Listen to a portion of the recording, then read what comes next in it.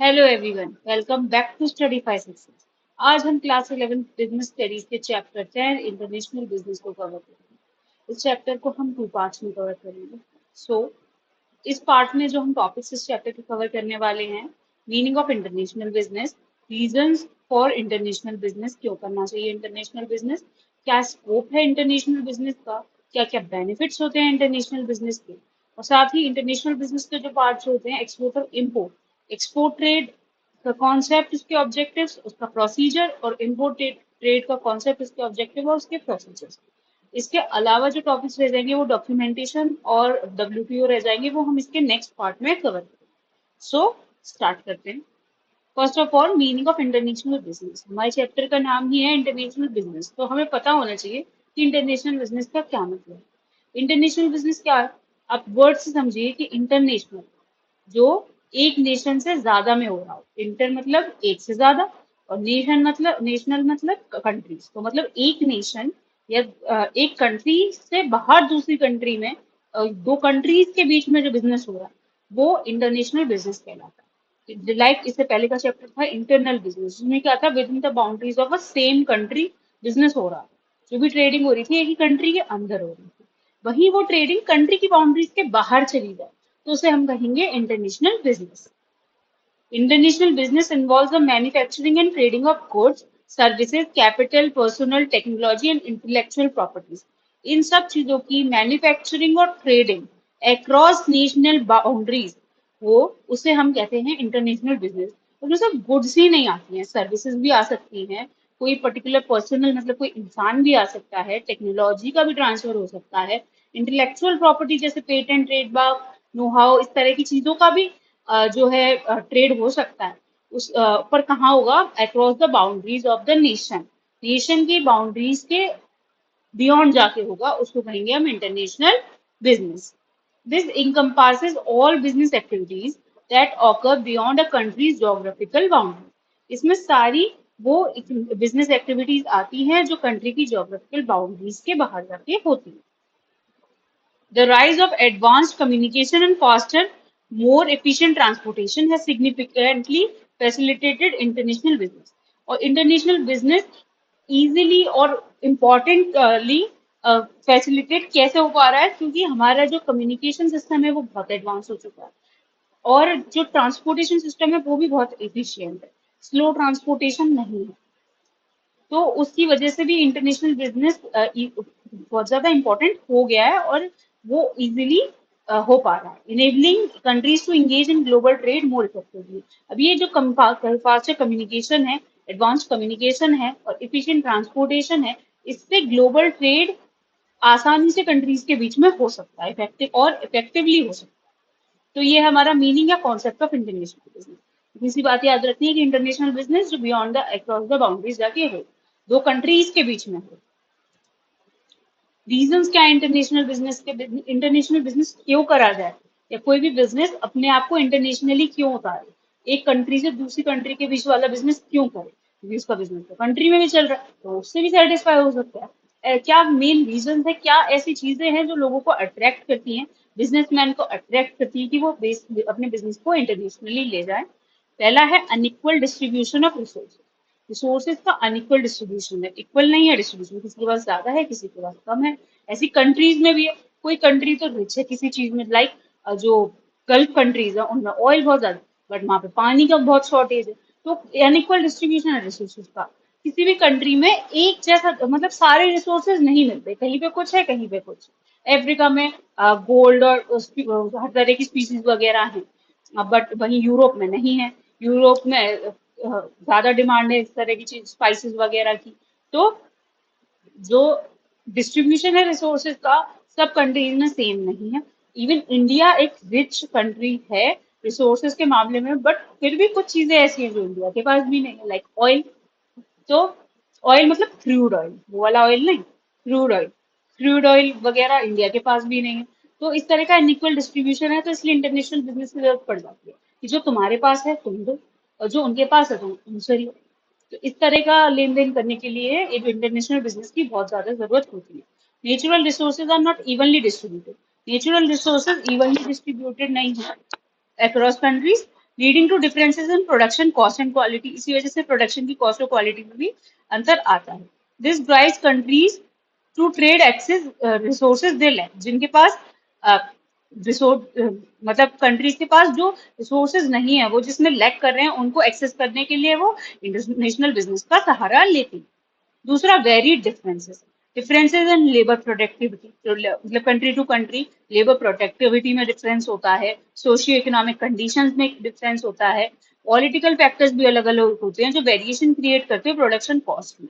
कहीं भी किसी कंट्री के ये सब चीजें फेवर में तो उनकी प्रोडक्शन कॉस्ट कम आ रही है, किसी कंट्री की फेवर में नहीं है तो उसकी प्रोडक्शन कॉस्ट ज्यादा आ रही है। तो इस तरह के वेरी डिफरेंसेस रहते हैं और कैपेबिलिटीज अमंग कंट्रीज। इसकी वजह से भी इंटरनेशनल ट्रेड जो है वो बहुत ज्यादा किया जाता है।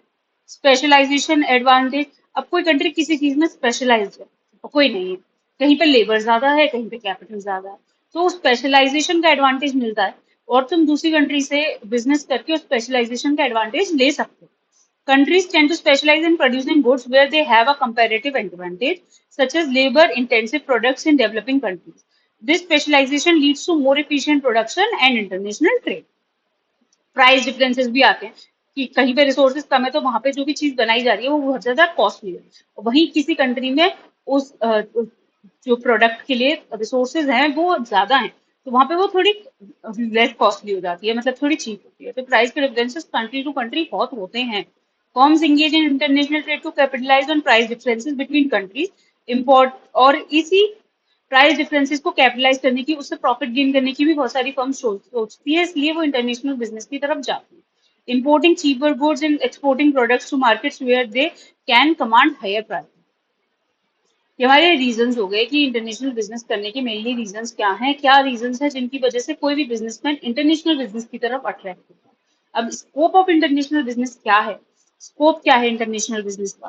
First, merchandise exports and imports, मतलब मर्केंडाइज कपड़े वगैरह, तो इनका एक्सपोर्ट इम्पोर्ट बहुत होता है इंटरनेशनल बिजनेस में। This refers to the trade of tangible goods, sorry कपड़े वगैरह नहीं, वो दूसरा होता है। मर्केंडाइज मतलब टेंजिबल गुड्स है, ऐसी गुड्स जो हम छू सकते हैं, फील कर सकते हैं, देख सकते हैं। इस तरह की टेंजिबल गुड्स की ट्रेड को हम कहते हैं मर्केंडाइज एक्सपोर्ट या इम्पोर्ट या मर्केंडाइज। जब बॉर्डर्स के अक्रॉस टेंजिबल गुड्स का ट्रेड किया जाएगा तो वो होगा मर्केंडाइज एक्सपोर्ट या import. Merchandise exports and imports are often called trade in goods, इनको हम ट्रेड इन गुड्स भी कह सकते हैं। इसमें सर्विसेज नहीं आती है, इसमें सिर्फ टेंजिबल चीजें आती हैं, और सर्विसेज क्या होती हैं, वो इंटेंजिबल होती हैं। Service exports and imports, service का भी एक्सपोर्ट इंपोर्ट होता है इंटरनेशनल बिजनेस में, इसको इनविजिबल ट्रेड भी कहते हैं। This includes the international exchange of service such as transportation, communication, banking and tourism. इस तरह की सर्विसेज का इंटरनेशनल एक्सचेंज भी इंटरनेशनल बिजनेस के थ्रू हो सकता है। लाइसेंसिंग एंड फ्रेंचाइजिंग बहुत इंपॉर्टेंट पार्ट होता है इंटरनेशनल बिजनेस का। Licensing involve granting rights to use firms intellectual property. License का क्या मतलब है कि किसी भी फर्म की इंटेलेक्चुअल प्रॉपर्टी जो है, जैसे पेटेंट, कॉपीराइट वगैरह, इनको यूज करने का राइट ग्रांट किया जाता है सामने वाले को, और किसके थ्रू? उसको कहते हैं लाइसेंस। जैसे पेटेंट, ट्रेडमार्क, इंटेलेक्चुअल प्रॉपर्टीज है in a foreign country for a fee, उनसे फी ली जाती है उनको लाइसेंस प्रोवाइड करने के लिए। Franchising is similar but typical relates to services, typically relates to services where a franchisor allows a franchisee to operate a business using its brand and business model। Franchisee भी थोड़ी सी similar होती है, but इसमें क्या है कि जो business operate कर रहा है वो सिमिलर ब्रांड का होता है, सिमिलर बिजनेस मॉडल होता है, लाइक डोमिनोज। डोमिनोज की जगह जगह आपको फ्रेंचाइजीज मिलेंगी, वो फ्रेंचाइजीज है। फ्रेंचाइजी का मतलब कि वो सेम मॉडल पे काम करते हैं, उनका बिजनेस मॉडल भी सेम होता है और ब्रांड नेम भी सेम होता है, और लाइसेंसिंग में यूज करने का राइट मिल जाता है कि आप इसकी इंटेलेक्चुअल प्रॉपर्टी को, कॉपीराइट वगैरह को यूज कर सकते हो।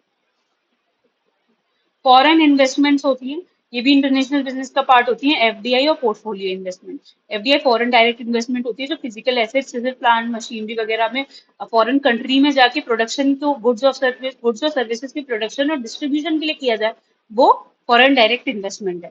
वहीं पोर्टफोलियो इन्वेस्टमेंट है, जो लोन्स वगैरह देना फॉरेन कंपनी को, या उनके शेयर वगैरह में जो शेयर मार्केट वगैरह में इन्वेस्ट करना, वो पोर्टफोलियो इन्वेस्टमेंट होती है। ये हो गया स्कोप।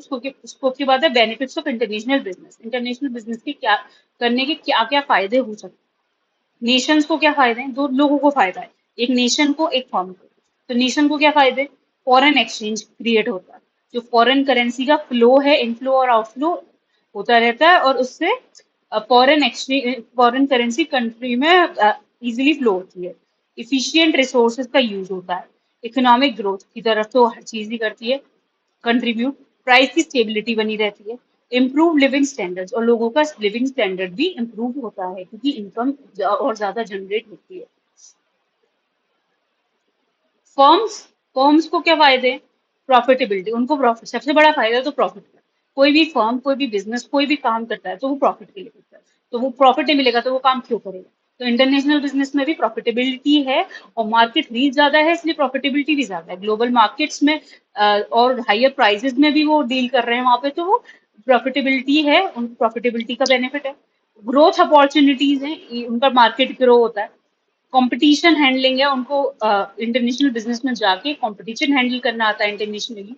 सेल्फ इम्प्रूवमेंट, अपने आप को इम्प्रूव करती है फर्म। तो ये कुछ फायदे हैं फर्म को इंटरनेशनल बिजनेस करने के। ये हो गया हमारा इंटरनेशनल बिजनेस का कॉन्सेप्ट, क्या है, बेनिफिट्स क्या है, स्कोप क्या है, करने के रीजंस क्या है। अब इंटरनेशनल बिजनेस जो होता है वो टू टाइप्स का होता है। कितने टाइप्स का होता है? टू टाइप्स, एक्सपोर्ट या इम्पोर्ट। एक तीसरा भी होता है इंट्रापोर्ट। ठीक है, पर मेनली हमें एक्सपोर्ट और इम्पोर्ट ही देखना है। एक्सपोर्ट और इम्पोर्ट, एक्सपोर्ट मतलब अपनी कंट्री से दूसरी कंट्री में चीजों को बेचना। एक्सपोर्ट मतलब बेचना, और इम्पोर्ट मतलब खरीदना। इम्पोर्ट का टॉपिक नेक्स्ट है इसके बाद। एक्सपोर्ट का मतलब कुछ बेचना है, और अपनी कंट्री से दूसरी कंट्री में। अब ऐसे मत समझना कि दूसरी कंट्री वाला अभी तो हमें बेच रहा है तो वो अपने लिए एक्सपोर्ट कर रहा है, पर हमें जो कंसिडर करना है वो अपने आप को करना है। ठीक है, तो जैसे इंडिया से कोई चीज किसी कंट्री में, जैसे चाइना में बेची जा रही है तो वो एक्सपोर्ट है। एक कंट्री से दूसरी कंट्री में चीज बेची जा रही है तो एक्सपोर्ट है। वहीं जो दूसरी कंट्री खरीद रही है तो वो इम्पोर्ट कर रही है। ठीक है, एक्सपोर्ट इम्पोर्ट है एक ही चीज, कि एक बेचेगा एक खरीदेगा, कोई भी ट्रांजेक्शन होगा, एक बेच रहा होगा एक खरीद रहा होगा। तो जो बेच रहा है वो क्या कर रहा है? एक्सपोर्ट कर रहा है, और उसको कहेंगे एक्सपोर्टर। और जो खरीद रहा है वो क्या कर रहा है? इम्पोर्ट कर रहा है, और उसको कहेंगे हम इम्पोर्टर। एक्सपोर्ट ट्रेड क्या है? Export trade refers to the transaction in international trade where manufactured goods and services from one countries are purchased by residents of other countries। एक कंट्री के जो रेजिडेंट्स है वो दूसरी कंट्री के रेजिडेंट, एक कंट्री के गुड्स और सर्विसेज को दूसरी कंट्री के रेजिडेंट्स खरीदते हैं। मतलब हमारी जो होम कंट्री है वो उसको बेच रही होती है, और होस्ट कंट्री में वो खरीदा जा रहा होता है। होम कंट्री जहाँ का वो सामान है, होस्ट कंट्री जहाँ पे वो बेचा जा रहा है। ठीक है, तो वो होता है एक्सपोर्ट। ऑब्जेक्टिव्स क्या होते हैं एक्सपोर्ट के? एक्सपोर्ट ट्रेड के इकोनॉमिक ग्रोथ होती है, सबसे मेन ऑब्जेक्टिव। इकोनॉमी हमारी ग्रो करती है। फॉरेन एक्सचेंज अर्न होते हैं, ना कि हमें देने पड़ते हैं। ठीक है, एक्सपोर्ट में चीज आपने बेची, जैसे लाइक इंडिया में बेची गई, मतलब आपने बेची, आप बिजनेसमैन हो, आपको अपने आप को कंसिडर करो कि आप बिजनेसमैन हो, तो आपने बेची वो चीज, और आपके पास क्या आएगा? मनी आएगा। मनी किस फॉर्म में आएगा? फॉरेन करेंसी के फॉर्म में आएगा। फॉरेन करेंसी कहाँ की? हमारी कंट्री में आएगी। तो फॉरेन एक्सचेंज क्या अर्न हो रहे हैं? स्पेंड तो नहीं हो रहे, अर्न हो रहे। तो फॉरेन एक्सचेंज अर्निंग्स होती है एक्सपोर्ट ट्रेड की वजह से। मार्केट का डाइवर्सिफिकेशन होता है, मार्केट रीच बढ़ती है, कॉम्पिटिटिव एडवांटेज मिलता है, और गवर्नमेंट को रेवेन्यू होता है। एक्सपोर्ट का प्रोसीजर क्या है? ये बस आपको थोड़ा सा ऐसे ही पता होना चाहिए, और ये आपकी सिलेबस का भी पार्ट है, बट इतना ज्यादा इसकी डिटेल में जाने की जरूरत नहीं है, इसलिए ये बहुत शॉर्ट में है। एक्सपोर्ट प्रोसीजर में एक सीरीज ऑफ स्टेप होते हैं जिससे स्मूथली जो मूवमेंट है गुड्स का वो हो सके। और इंडिया में क्या है? पहला है मतलब इसके प्रोसीजर में स्टेप्स क्या है? पहला है लाइसेंस। एक्सपोर्ट करने के लिए सबसे पहले लाइसेंस लेना पड़ता है। बिना लाइसेंस की कोई भी फर्म एक्सपोर्ट नहीं कर सकती, अपने सामान को बाहर नहीं बेच सकती देश के। Exporters need to obtain necessary licenses and permits from the Directorate General of Foreign Trade (DGFT). Exporters को सबसे पहले लाइसेंस और परमिट्स लेने पड़ते हैं directorate general of foreign trade से, और अदर रेगुलेटरी बॉडीज वगैरह से भी लेने पड़ते हैं। कुछ डॉक्यूमेंटेशन कंप्लीट करने पड़ते हैं, कुछ एसेंशियल डॉक्यूमेंट्स हैं, इनको जरूरी है करना। वो है commercial invoice, bill of lading, packing list, certificate of origin, insurance certificate, letter of credit, और कोई भी पेमेंट टर्म्स वगैरह हैं बायर के, वो इस तरह की जितनी भी डॉक्यूमेंट्स है वो अरेंज होने चाहिए, वो होने चाहिए किसी को भी, किसी एक्सपोर्टर के पास। फॉरेन एक्सचेंज कंप्लायंस करना पड़ता है। Indian exporters must comply with the foreign exchange regulation. जो फॉरेन एक्सचेंज रेगुलेशन है उनके साथ कंप्लाई करना है, उनके हिसाब से काम करना है, including declaration and remittance of export proceeds. Fourth step है कस्टम का क्लियरेंस। कोई कस्टम कहाँ होती है? शिप के पास। जो भी जो एक्सपोर्ट इंपोर्ट होता है ना, वो शिप से होता है, क्योंकि शिप्स के थ्रू वो इतना कॉस्टली नहीं पड़ता। बाय एयर भी हो सकता है, देखिए बाय ट्रेन तो नहीं हो सकता ना, क्योंकि ट्रेन तो with in the boundaries of a country चलती है, किसी किसी कंट्री के साथ चल जाती है बाहर के लिए भी, बट वो नेबरिंग के साथ ही तो चल सकती है। अब कहीं भी दूर किसी कंट्री में हमें बिजनेस करना है तो या तो हम बाय एयर करेंगे या बाय शिप करेंगे, बाय वाटरवेज करेंगे। बाय एयर काफी कॉस्टली पड़ता है, इसलिए ज्यादातर जो भी एक्सपोर्ट इम्पोर्ट है ना, वो बाय शिप किए जाते हैं। और शिप में चढ़ाने से पहले कस्टम का क्लियरेंस जरूरी है। कस्टम डिपार्टमेंट होता है, वो क्लियर करता है और कस्टम ड्यूटी वगैरह लगाता है, वो चार्जेस वगैरह लेके क्लियरेंस मिलती है, तब आप अपना सामान बेच सकते हो। Exporters need to clear goods through customs providing required document and information. उसके भी डॉक्यूमेंट्स और इन्फॉर्मेशन होती है, उनको प्रोवाइड करने के बाद उनको क्लियर करवाना जरूरी होता है कस्टम्स। लॉजिस्टिक्स एंड ट्रांसपोर्टेशन का इंतजाम करना होता है, arrange for transportation and logistics services ensuring timely and secure delivery of goods to the buyer. फिर है पेमेंट एंड सेटलमेंट। लास्ट में लॉजिस्टिक ट्रांसपोर्टेशन हो गया, उसके पास पहुंच गया, जिसने भी खरीदा था उस कंट्री में पहुंच गया, बायर के पास पहुंच गया, वहां पे इम्पोर्ट से रिलेटेड उसके उसका हेड है कि वो इम्पोर्ट से रिलेटेड क्या क्या उसके प्रोसीजर है उसको फॉलो करेगा और उस तक पहुंच जाएगा। लास्ट एक्सपोर्टर के लिए क्या स्टेप है? जब उस तक पहुंच जाएगा, इम्पोर्टर तक पहुंच जाएगा, तो उसे पेमेंट और सेटलमेंट किया जाता है। Ensure payment terms are agreed upon and settle with the buyer. Buyer के साथ पेमेंट तब पहले एग्री कर लिए जाते हैं और बाद में सेटल किए जाते हैं। और किसके अकॉर्डिंग किए जाते हैं? लेटर ऑफ क्रेडिट के अकॉर्डिंग किए जाते हैं, और अदर पेमेंट अरेंजमेंट्स भी होते हैं। एक्सपोर्ट ट्रेड हो गया, उसका प्रोसीजर हो गया। अब इम्पोर्ट ट्रेड। एक्सपोर्ट इम्पोर्ट का वैसे तो मैंने मीनिंग अभी बता दिया, एक खरीद रहा है, एक बेच रहा है। अब बेच रहा है वो एक्सपोर्टर है और जो खरीद रहा है वो इम्पोर्टर है। तो इम्पोर्ट खरीदने का प्रोसेस, अगर किसी कंट्री से कोई चीज हम मंगा रहे हैं, आप अपने आप को कंसिडर करिए, अगर आप किसी बाहर की कंट्री से कोई सामान मंगा रहे हैं तो आप इम्पोर्टर कहलाएंगे।